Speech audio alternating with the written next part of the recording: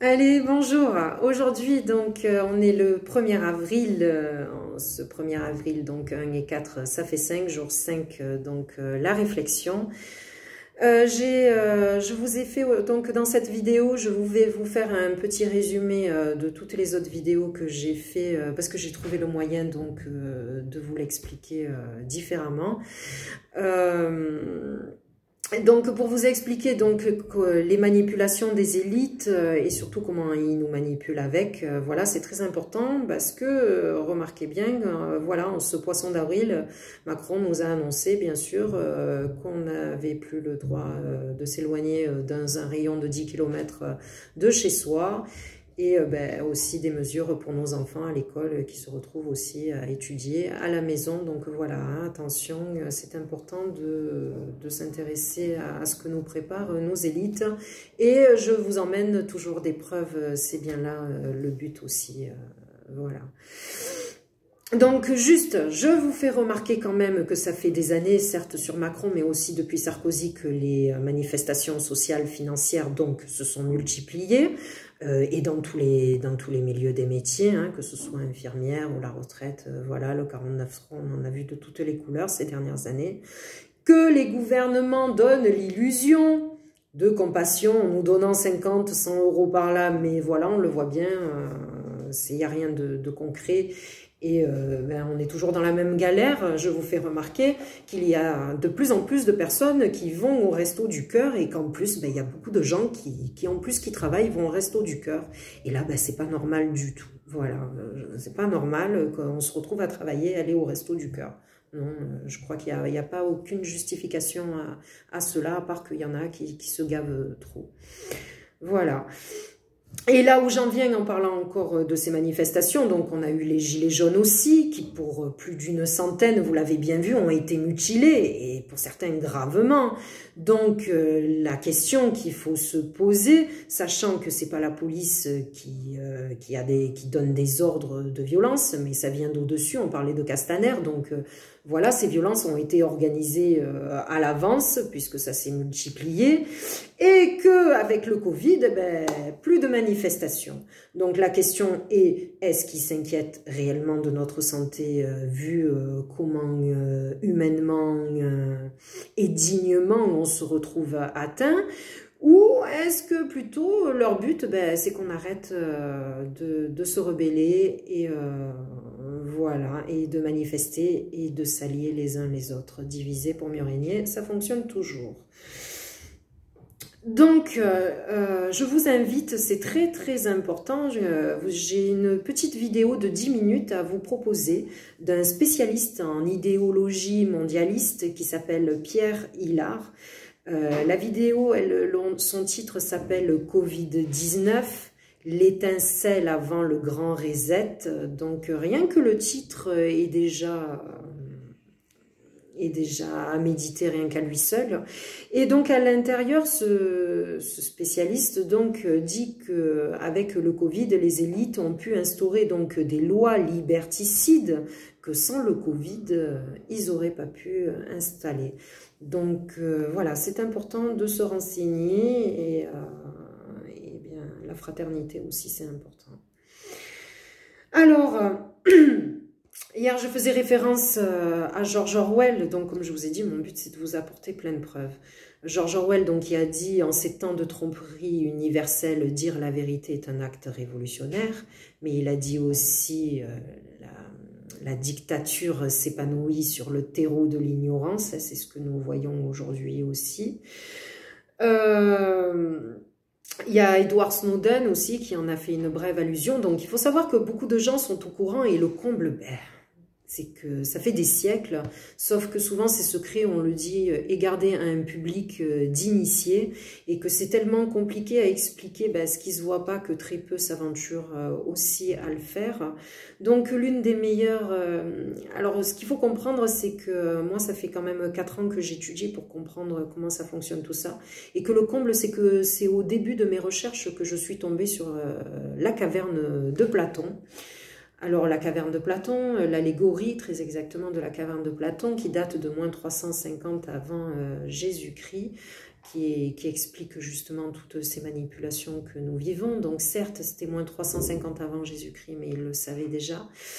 Là où j'en viens, c'est très important, les définitions, c'est très important aussi à savoir. Donc, une allégorie, c'est expliquer à l'aide d'un dessin ce qui est compliqué à expliquer à l'oral ou à l'écrit. Donc, c'est ce que je m'évertue à faire au fil de mes vidéos.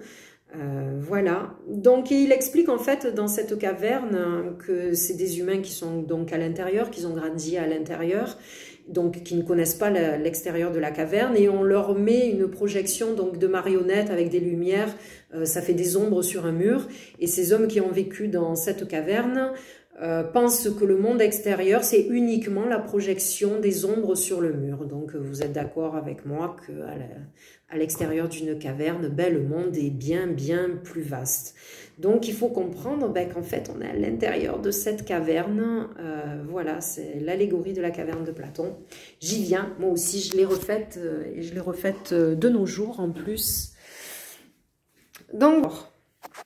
Donc, de loin, ça c'est la caverne. Nous sommes à l'intérieur, donc nous sommes tous là à écouter ce que disent nos élites, nos dirigeants. J'ai mis la télé, donc on voit bien notre cher François Hollande bien content.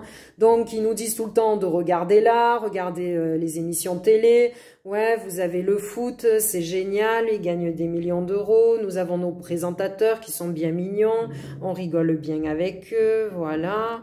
Nous avons nos chers enfoirés, les restos du cœur, qui bien sûr...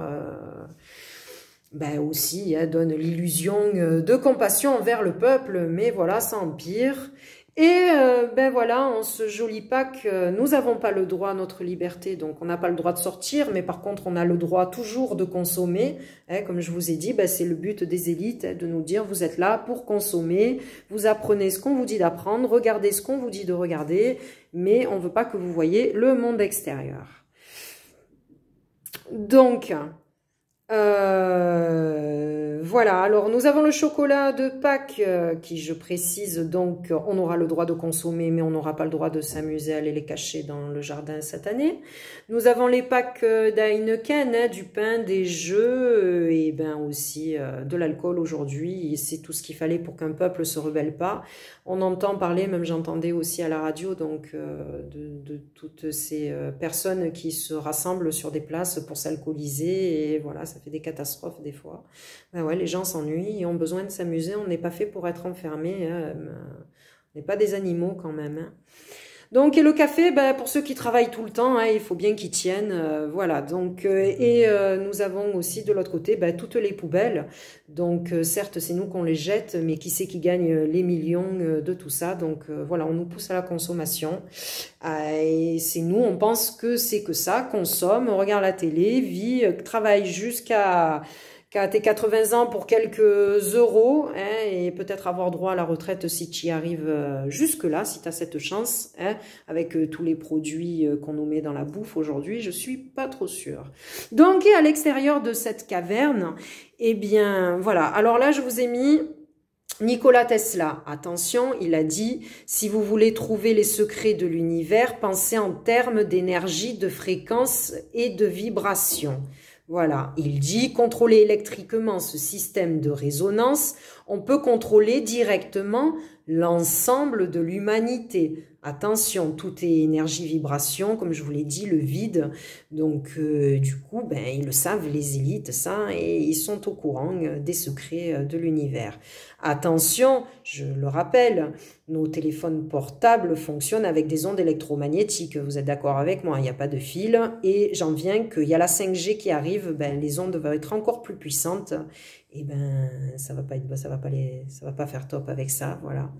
Donc, Albert Einstein a dit aussi, tout est énergie et vibration. Donc, la matière en général, les humains, la chaise, les animaux, la pierre, etc. La musique, le son, les couleurs, sauf que nous vibrons, attention, nous vibrons donc à des fréquences différentes, donc évaluées en Hertz, voilà. Et attention, nos pensées, nos émotions, nos humeurs sont aussi des énergies et vibrations. Ils le savent en ce moment, c'est pour ça qu'ils font exprès, ben, comme on est confiné, ben, on est un peu plus triste, on se voit moins et voilà. Donc ça aussi c'est énergie et vibration et on attire ce qu'on est. Et ben, là où j'en viens, c'est que attention, nos mots aussi sont des énergies et vibrations. C'est que ce que je vous montre à chaque fois au travers de mes calculs. Et là, ben, j'ai oublié de le mettre, mais il y a aussi, ben, le vide aussi est énergie et vibration. Voilà. Alors, j'en viens aussi à Max Planck, qui lui parle donc de l'existence d'une matrice. Voilà. Alors, là où j'en viens, je le disais dans une de mes vidéos, c'est que les énergies de la planète et des humains sont entre 7 et 8 Hertz et qu'actuellement, ben, sont en perpétuelle augmentation. Je sais qu'elles sont à plus de 30 Hertz en ce moment. Alors, attention, ben, ils savent eux, ben, les élites. Voilà. Alors, il faut savoir, attention, qu'il y a des bons francs-maçons, et qu'il y a aussi ben, les mauvais, et que malheureusement aujourd'hui, ben, c'est eux qui dirigent. On les appelle les Illuminati, voilà. Ils savent ce que je vous ai dit, que tout est énergie et vibration. Ils savent les secrets de l'univers et qu'on peut contrôler l'ensemble de l'humanité. Donc, ben, attention, renseignez-vous. N'hésitez pas à me demander des liens ou quoi, si vous voulez que je vous donne les reportages pour la plupart que j'ai vus. Alors, je cite quelquefois le syndrome le syndrome de Stockholm. Bien sûr, c'est pas le syndrome de Stockholm, c'est à part. Ben, pour moi, c'est le syndrome capitaliste parce que voilà, ils ont les secrets de l'univers et ça fait un moment et ils nous gouvernent et l'histoire se répète. Sur ce, comme d'hab, je vous demande de faire tourner mes vidéos de 1 pour la vérité et de 2 pour la manifestation avant qu'on le regrette sincèrement. Comme je dis tout le temps, il vaut mieux manifester le ventre plein que le ventre vide. N'oubliez pas que je vous aime, que je fais ça aussi pour vous. À bientôt. Au revoir.